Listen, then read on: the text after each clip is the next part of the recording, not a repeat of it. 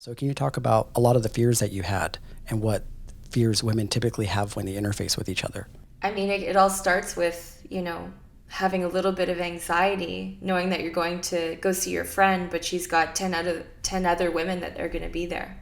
And there's a little fleck of anxiety there. And I think that most women would feel like, oh, I hope it's going to be okay. Like, I hope that my energy is accepted.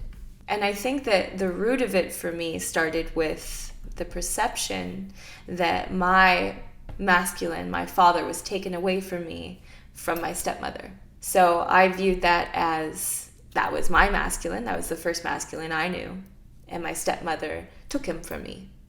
And so I kind of had that in me where I was afraid of another feminine taking my masculine away from me. So getting well acquainted with that space in me, that inner child that's sitting on the couch, seeing my dad kiss my stepmom and feeling gutted and wounded, and sitting with her and saying, you're never alone. Your dad didn't go anywhere. It's okay.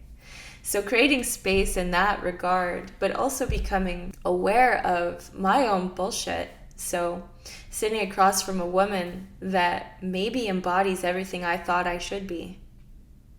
Maybe she's got blonde hair and she's perfect and she's just everything that I've always desired, or in a way that I wish I looked like. And so feeling threatened by that, and then going, well, why am I threatened by that? Why can't I honor that? And so realizing that maybe she was embodying sort of the energy that I know I'm capable of, but I'm not honoring within myself. So I had a client, she's in her 50s, and she said, I asked her a few questions. I wanted to gauge where she was at with female relationships. And I said, so you haven't been working out. You haven't been honoring the queen within you lately. And we know that. That's okay. We all fall out sometimes. And I said, so another woman walks into a room, and she's your age. She looks good. I said, what's your first thought? She said, bitch. And I said, she was like, oh, I'm just kidding. And I said, no, you're not. I said, that's okay. That's what we think. And we need to understand why we think that.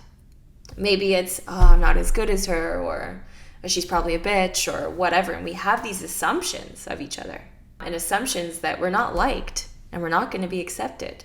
In understanding the sisterhood wound, it's like, okay, if I stand in more and more as the woman I want to be around, number one, I will attract those women around me. But I need to become so aware of my bullshit, of my reasons and my whys and my insecurities.